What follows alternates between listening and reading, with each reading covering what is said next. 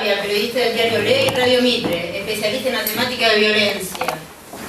Autor del libro La 12, la verdadera historia de la barra brava de Boca. Alejandro Gol, es periodista del diario Tiempo Argentino y participa en la revista Un Caño. Autor del reciente libro Academia Carajo. Mónica Lizardo, presidente de la Asociación Civil Salvemos al Fútbol, que plantea establecer un punto de encuentro para todos los socios y simpatizantes de clubes de fútbol sin distinciones y llevar a la justicia todo hecho de violencia y corrupción. Un placer tenerlos con nosotros. Muchas gracias. Gustavo, cuando quieras. Bueno, antes que nada, buenas tardes o buenas noches, según lo que cada uno considere que se acaba a las 8 de la noche. Yo prefiero buenas tardes porque tengo cierres tardes en el diario, así que buenas tardes nos da como más fuerza para seguir trabajando. La verdad es que la primera vez que veía este trabajo es muy emocionante. El trabajo, todos los trabajos que se hacen sobre violencia en el fútbol plantean exactamente lo mismo. Eso es lo que me llama poderosamente la atención, cómo cada trabajo que se hace, ya sea fílmico o escrito o en una producción radial, plantea lo mismo. Es decir, todos sabemos exactamente cuál es el hilo que hay que cortar para que las marionetas que son los barra bravas dejen de funcionar y generar violencia en los estadios con las consecuentes víctimas que se producen permanentemente, porque hay víctimas fatales, pero hay muchas otras víctimas por lesiones que también se producen en cada fin de semana. Y digo que todos plantean lo mismo, pero la solución nunca aparece por este tema que creo que lo expresaba muy bien Ariel ayer en el cortometraje, que tiene que ver con la falta de decisión política. Ahora no recuerdo si era Ariel o el doctor Verges quien presentaba esa postura. Y hay como una confusión de cosas. Bueno, hemos discutido bastante con Mónica un montón de veces sobre la temática. Por dos razones. Primero, porque yo soy absolutamente pesimista en que esto se pueda resolver. Es una posición que vengo sosteniendo hace fácil una década y lamentablemente el tiempo me ha dado la razón, y creo que Mónica, después de muchas peleas, me ha terminado dando la razón. Y por otro lado, porque el fenómeno es mucho más complejo. Yo termino dándome cuenta que el fenómeno termina siendo más complejo que las voluntades aisladas para tratar de solucionar el tema de la violencia en el deporte. Y voy a ir a un caso muy concreto. También, a diferencia de Mónica, a quien quiero mucho, más allá de la diferencia que tenemos, yo creo que ha habido un cambio en cómo se está llevando adelante el tema desde la Secretaría de Seguridad de la Nación, desde que Miguel Lagarré se puso al frente de la Secretaría de Seguridad, y a quienes ha designado para llevar adelante la pelea, porque veo a diario que la política es bastante diferente a la que se llevaba adelante cuando quien estaba al frente de la estructura a nivel gerencial, si se quiere, era Aníbal Fernández. Y voy a un ejemplo muy concreto, que alguien me dice, bueno, es un ejemplo menor. Y yo digo, los ejemplos menores muchas veces son los que nos dan la pauta de la situación general. En el partido, ustedes deben recordar, porque fue muy mediatizado el hecho de Boca Rafaela, se enfrentaron en realidad dialécticamente las dos facciones de la barra brava de Boca. Por un lado, la oficial, la que se llama oficial, que es la que quería Mauro Martín, y la otra que quería regresar, que es la de Rafael Diceo, que se había ocupado la tribuna contraria, a la que habitualmente van los socios que no quieren estar en la misma tribuna que los barra bravas, y esa vez no tuvieron más opción que compartirla, porque los barra bravas ingresaron a la fuerza a esa tribuna con complicidades evidentes, no solo de la dirigencia deportiva, sino de la policía, porque si no, no hay ninguna chance de que esa gente pudiera haber ingresado, pudiera haber llegado hasta donde llegó sin tener entradas o sin tener carnets al día y después haber ingresado. Después abre una causa judicial por este tema. donde estaban implicados justamente los dos líderes de las facciones. En esa causa judicial ambos se comprometieron, porque no les quedaba otra, a no poder asistir a ningún partido de Boca, ni siquiera a 500 metros de donde jugara Boca Juniors. Es un compromiso que asumieron cada uno de ellos, que firmaron, so pena de que les caiga el peso de la ley si incumplían esto. Mauro Martín incumplió esta conducta, la incumplió en el último partido de Boca Juniors, donde Boca fue campeón del torneo Apertura. No estoy hablando del partido de este fin de semana, sino del partido anterior. Algo que él había firmado, digamos, estaba violando algo que él había firmado.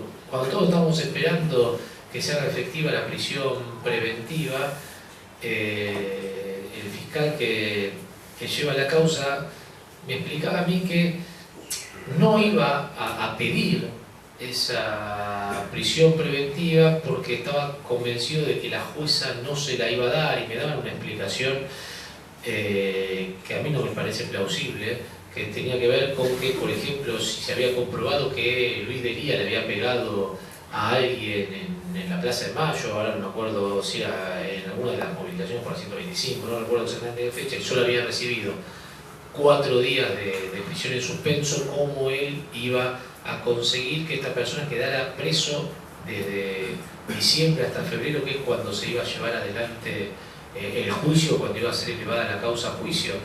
Entonces yo no tenía muy bien razón, me decía, pero esta persona firmó algo y lo incumplió. ¿Qué tipo de castigo tiene alguien que incumple? Que todos sabemos que es un barra brava, que todos sabemos que hizo un gesto amenazante, y que la verdad que más allá del gesto amenazante, a mí lo que me parecía insólito era que una persona que se compromete a hacer algo después no lo cumpla y eso no tenga ningún tipo de sanción. Y yo sé que exactamente los videos de la falta de él fueron entregados por la gente que hoy está trabajando en la seguridad en el fútbol, y una persona que fue testigo de ello fue y declaró en contra, no en contra de este barra brava, sino contó lo que había sucedido, y aún así la justicia no ha actuado. Y en este caso yo creo que ni siquiera se trata de que el fiscal, a quien conozco y lo he visto actuar en forma con mucha severidad en otras causas, sea amigo de este barra brava, del abogado de barra brava, o tenga alguna relación que alguien podría presumir. Bueno, es un fiscal porteño, puede tener alguna simpatía política con el gobierno de la ciudad, y el candidato del gobierno de la ciudad es el que ganó las elecciones en Boca. Ni siquiera se trata de eso, porque yo lo conozco al fiscal y me parece que ha actuado generalmente con bastante racionalidad y prestancia en caso de violencia del fútbol. Se trata simplemente de que no cree que la falta que haya cometido este barra brava pueda tener como consecuencia un castigo tan grande. Como que cree que es desmedido el castigo de meterlo en prisión 3 meses porque no cumplió lo que él había firmado. Y eso me parece que es lo que se ha naturalizado en el mundo del fútbol. Como bueno, no pasa nada. Como cuando dicen los barra brava, yo no puedo ir preso por pegarle a otro, no puedo ir preso 2 años por pegarle a otro. No, sí, tenés que ir preso 2 años, o lo que la justicia considere, porque está en la ley.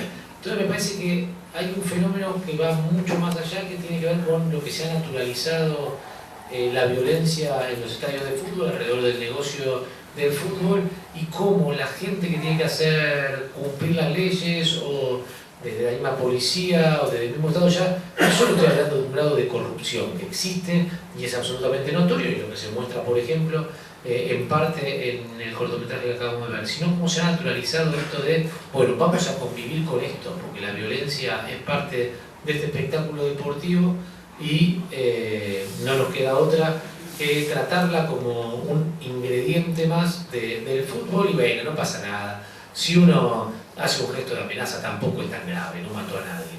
Y de que haga el gesto de amenaza a que mate a alguien hay un trayecto tan corto como que muchas veces se han llevado adelante, tal como muchas familiares de víctimas saben que esto ha ocurrido. No sé si querés agregar algo sobre que no estamos de acuerdo en muchas cosas. Bueno, ¿Qué tal? Buenas tardes. Bueno, por seguir con el hilo de lo que venías diciendo, nosotros desde Salvemos al Fútbol, por ejemplo, no estamos de acuerdo en legitimizar las barras. Lo que no estamos de acuerdo con el Ministerio de Seguridad actual es, por ejemplo, hablando de Boca, que en un partido se ha visto que ha dividido a las dos barras, las puso una de un lado, otra del otro. Esto nosotros no estamos de acuerdo, porque todos los socios, no hay que... Hay una reglamentación que es el derecho de admisión. Había realmente pruebas y justificaciones para aplicárselos y no se los aplicó. ¿Cuál es la razón? Cuando les preguntamos nosotros, nos dicen, y es muy difícil reconocerlos cuando entran. Es re difícil reconocerlos para aplicar el derecho de admisión, pero no para dividirlos de tribuna. Y bueno, y después al otro partido se aplica el derecho de admisión después de esos gestos. Bueno, globalmente lo que nosotros vemos desde Salvemos al Fútbol, que no hay voluntad de terminar con las mafias instaladas en los clubes, alimentados por directivos, AFA y todo lo que se cuenta en el video. Nosotros vemos que sí también valoramos de algunos funcionarios que van a la justicia, pero casualmente el Ministerio de Seguridad está para prevenir, no para seguir comprobando lo que pasa en los estadios. Desde Salvemos al Fútbol vamos, y nuestro primer objetivo es llevar todo a la justicia, porque no tenemos facultades para modificar las cosas, no tenemos facultades para actuar desde otro lugar. Nosotros valoramos las denuncias que se hacen y que vayan como testigos nuestros funcionarios, pero están para prevenir. No conocemos medidas que desarmen a las mafias organizadas. Yo, en las diferentes gestiones que he hablado, por ejemplo, en su momento, en la gestión de Castrilli, después Paladino, y ahora también con Liliana Orduño y Blanco, quienes están a cargo, ¿no?, de la unidad de coordinación de seguridad, yo digo, ¿por qué el organismo se llama Seguridad en Espectáculo Futbolístico? Esto me lo explicaron en la gestión de Castrilli. Señora, nos dedicamos los 90 minutos al partido, porque yo planteaba que el problema está en la semana.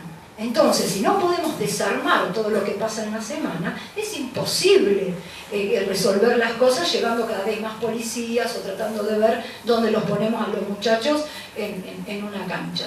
Estas son las cuestiones que nosotros vemos que si no se ataca el tema desde raíz, y por ejemplo el Ministerio de Seguridad este año ha actuado en una oportunidad por cosas que pasaron en la semana. Por ejemplo, suspendió el partido donde tenía que jugar San Lorenzo después de las amenazas y las agresiones que recibió Botinelli.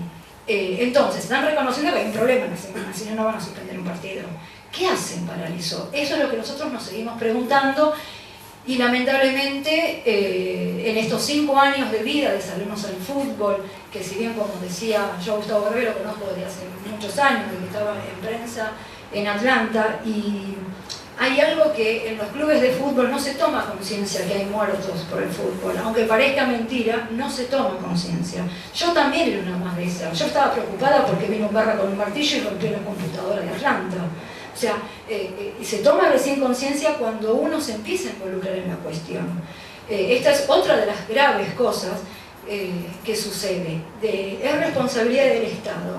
La seguridad y la educación. No conocemos campañas de concientización al respecto. Nosotros queremos hacer desde Salvemos al Fútbol, estamos redactando para ver si hay algún proyecto para repartir en los estadios. Por ejemplo, que hay, esto no es una idea nuestra, sino lo sacamos de otros países y de otros, el manual del hincha, es decir, los derechos y obligaciones de un ciudadano hincha de fútbol.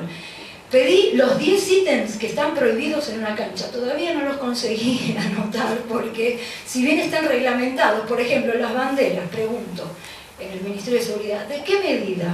Y bueno, no, lo que están prohibidos los telones o no están prohibidos. Los bomberos, el informe de bomberos dice que está prohibido, pero en todas las canchas vemos. Entonces, estas son las cosas que nos preocupan. Hay una frase que yo aprendí cuando ingresé a la Comisión Directiva de Atlanta, que me lo dijeron tantas veces que terminé entendiendo que así era. Dice, la confusión no tiene responsables y es la que reina en los clubes de fútbol. Bueno, yo le agregaría en torno al fútbol en todo nivel.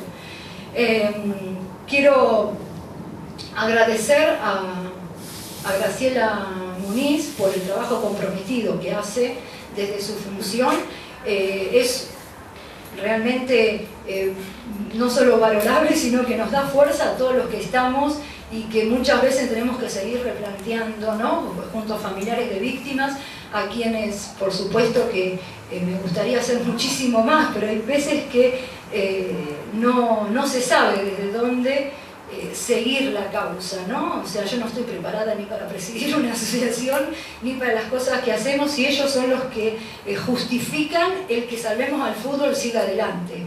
Los familiares de víctimas son los que verdaderamente nos dan fuerza a quienes no pasamos por esa experiencia y que día a día decimos, ¿y qué podemos hacer para cambiar esto, no?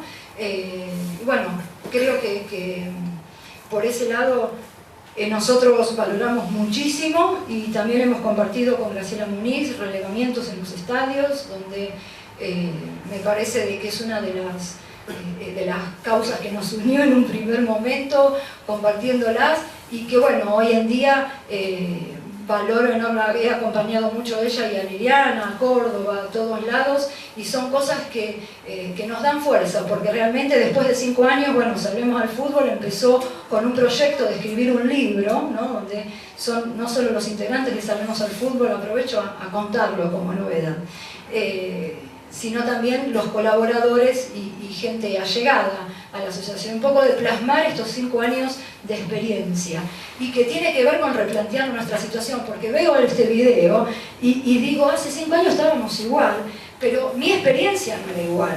Por eso las discusiones con Gustavo Gravia, él me decía, yo soy pesimista, esto no va a cambiar, y yo en ese desafío diciendo, pero ¿cómo? Bueno, ahora me di cuenta un montón de cosas, claro, él tenía más experiencia. Pero bueno, sigo desafiando y sigo a veces preguntando para qué, pero creo que está bueno seguir y tratar de modificar desde el trabajo y la actividad diaria, ¿no? Perdón un segundo, ¿vale?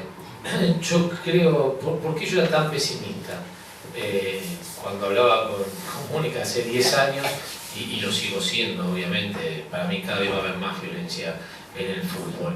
Y no tiene solamente que ver porque solamente nos enfocamos en el problema de los barra bravas. Parece que la violencia del fútbol fuera algo absolutamente ajeno a todos los hinchas de fútbol, y solamente es en esta estructura mafiosa. El barra brava es una estructura mafiosa, una asociación ilícita que tiene claros sostenes en la dirigencia política, la dirigencia sindical, la policía y la dirigencia deportiva. Pero hay un sostén que para mí es mucho más fuerte que eso, que es el sostén simbólico que le da a la gente que participa en el mundo del fútbol y que tiene mucha culpa de esto que sucede. Yo voy a contar un ejemplo que me ocurrió el lunes, para que se entienda. Yo el lunes fui a ver Ferro Atlanta, un partido que era sin visitantes, porque yo soy de Ferro, así como Mónica de Atlanta. Y sucedieron 2 cosas que a mí, una no me llamó la atención, otra sí. La primera que no me llama la atención es, bueno, yo medianamente, por trabajar en Olé, por trabajar en algún medio audiovisual, soy una cara más o menos que algunos pueden reconocer. Llegué a la cancha, a la zona de la platea, y algunos hinchas de Atlanta que me reconocieron, en forma, yo no sé si amigable, pero en forma con alguna sonrisa me dicen, ni se te va a ocurrir, ¿no? Gritar un gol de Ferro si lo hay o no. Yo no sabía si me estaban advirtiendo, yo estaba con un amigo, y lo único que me salió a responderle es, no se preocupen que quiero salir sano de la cancha. Digo, qué lástima que hace 20 años estábamos todos juntos en una platea. Yo recuerdo cuando era chico, mi viejo me llevaba a la platea, y yo recuerdo haber ido a ver partido de Ferro de visitante, no, porque íbamos a la tribuna, pero de local, mi viejo era plateísta, y en la platea nos mezclábamos todos, y vos podías gritar el gol de tu equipo, y estaba sentado a 2 metros otro tipo, y no pasaba nada. Y eso no lo fabricaban los barra bravas, que ahora 2 personas que supuestamente son parte de una sociedad civil y pacífica no puedan compartir juntos un partido de fútbol y te tengan que advertir, che, mirá que si vas a la platea del equipo local no vas a poder ni siquiera hacer un gesto. Eso me parece que habla bastante mal de nosotros como sociedad, y es un punto muy fuerte, simbólico, donde se agarran los barra bravas. Y lo otro que me pareció, y sí me llamó mucho más la atención, lo otro no puede estar naturalizado. Digo, como en el fútbol del ascenso no hay visitantes, eso no lo sabía hasta hace 5 años, y uno tenía la posibilidad por la profesión de ir a las canchas, ya sabía, digo, de hace 5 o 6 años, sabía que no podía ni siquiera hacer un gesto en una platea, sobre riesgo de correr seguramente con lo mínimo un insulto y por qué no recibir algún tipo de reprimenda mayor. Pero lo otro que me llamó la atención es que hubo derecho de admisión en Atlanta para unos pocos hinchas, a los cuales no dejaron entrar a la tribuna. La tribuna entera, a ver, no el grupo de la Barra Brava, en la tribuna de Atlanta había 2.000 personas, yo les puedo asegurar que había 1.800 personas cantando contra la policía. Yo no podía creer. Y la semana anterior, en el partido contra Quilmes, había habido tiros en la calle.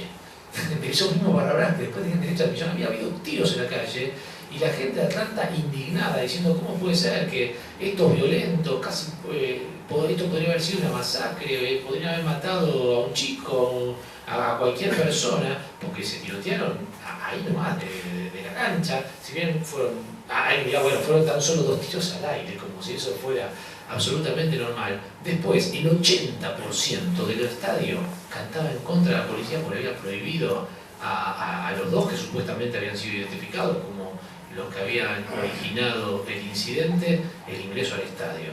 Bueno, eso habla bastante del apoyo simbólico que tienen los barras. Quizás en vez de 1.800 hubiesen cantado los 150 que compone Barra Brava de Atlanta. Estoy tirando un número antojadizo porque realmente no sé cuántos son los miembros reales de la Barra Brava de Atlanta, pero seguro que no son 1.800. Hubiese sido distinta la situación, ¿no? Digo, ni siquiera estoy pidiéndole a los 1.500, 1.600 restantes que sean héroes y canten en contra de la barra cuando están compartiendo tribuna. Simplemente que los condenen con el silencio. Esto no ha ocurrido. No solo no ha ocurrido, sino que tomaron la actitud totalmente contraria. Después son esa misma gente que se indigna cuando hay algún tipo de víctima fatal o algún tipo de víctima con lesión, o cuando no pasa nada, no hay víctima, simplemente tiros al aire que afortunadamente no le pegan a nadie. Me parece que hay que replantearse muchas más cosas solamente que la asociación ilícita que conforman los barras con sus sostenes. Bueno, gracias a Graciela y sobre todo agradezco la consideración porque bueno, al lado supongo que de Gustavo por el laburo que hace muchos años y el de Mónica, el aporte de uno es menor, pero después de ver lo que el corto que vimos y que termina, ¿no?, con esa cosa tan fuerte de esas imágenes de las víctimas y de los familiares, lo que uno piensa es que lo fuerte que es que la sociedad civil, si se quiere, ¿no?, siempre sale o siempre intenta salir adelante cuando hay impunidad, cuando no, lo aprendemos, siempre ponemos el ejemplo de la dictadura para acá, ¿no? Lo que fueron las madres en ese momento cuando tuvieron que salir porque no había respuestas y porque asesinaban a sus hijos y porque luego en democracia no había justicia. Y eran las madres, eran los familiares los que salían adelante. Y en el caso de las víctimas de violencia es siempre lo mismo, ¿no? Siempre los familiares. Siempre en la sociedad civil vemos gente como Mónica, ¿no? Vemos a ese sector salir adelante, tratar de, el domingo en la cancha de Boca ver la imagen de Daniel con los jugadores de Boca, y eso es una madre peleando todos los días por su hijo, ¿no? Es decir, la persistencia que no hay en otros lados está en los familiares. Y eso realmente, a pesar de que sea una cosa que ya no nos debería llamar la atención, sí llama la atención, sí sigue emocionando. Es muy fuerte. Es decir, la sociedad civil organizándose o sueltos, ¿no?, o familiares tratando de llevar la imagen de sus hijos. Yo diciendo con una idea del corto, si se me permite, pero no es una... ¿Qué es la idea de la ausencia? A mí a veces me da la impresión que cuando hablamos de la ausencia del Estado, estamos diciendo, digamos, que el Estado no está, es decir, que cuando no hay justicia el Estado no está, o cuando la policía no hace nada es la policía que no está.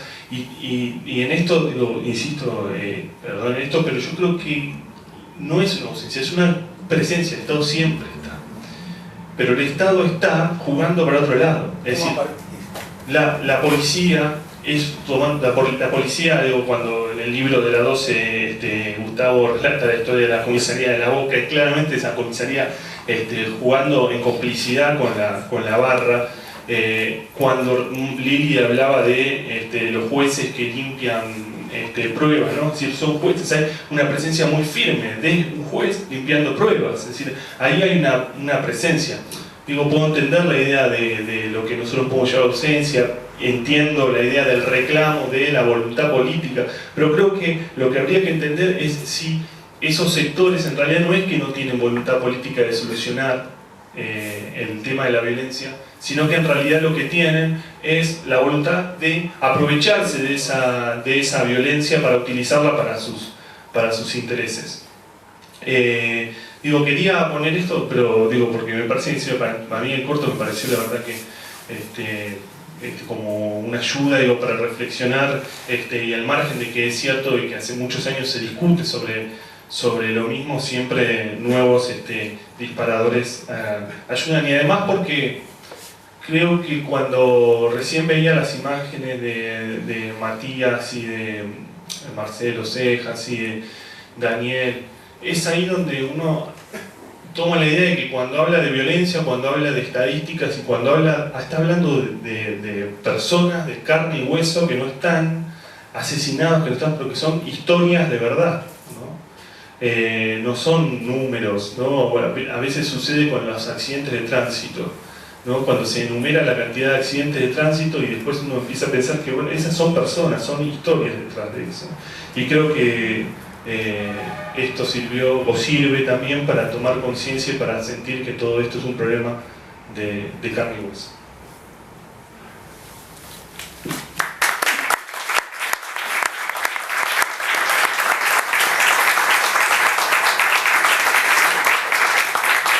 Bueno, nosotros decimos sí a ausencias, porque los organismos de seguridad también están para prevenir y pertenecen al Estado.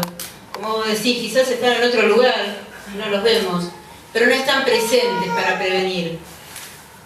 Hablamos de la justicia. La mayor parte de las víctimas de violencia del fútbol argentino, sus causas están impunes, o la justicia ha llegado tarde. Cuando la justicia llega tarde, es impunidad. Cuando Gustavo hablaba de que sí hay cosas que se están haciendo, en este año ya hay 3 nuevas muertes, la de Walter Paz, el hincha de Gualeguaychú y el hincha de San Lorenzo, Ramón Aramayo. Cuando nosotros pedimos informes al gobierno de la ciudad y pedimos informes a la Unidad de Control y Prevención de Espectáculos Futbolísticos, en general ambos informes difieren. Nosotros vemos un gobierno de la ciudad muy preocupado por abrir ese espectáculo deportivo, sentados en una mesa, haciendo firmar muy rápidamente al intendente del club, a bomberos, al jefe del operativo policial, al jefe del operativo médico.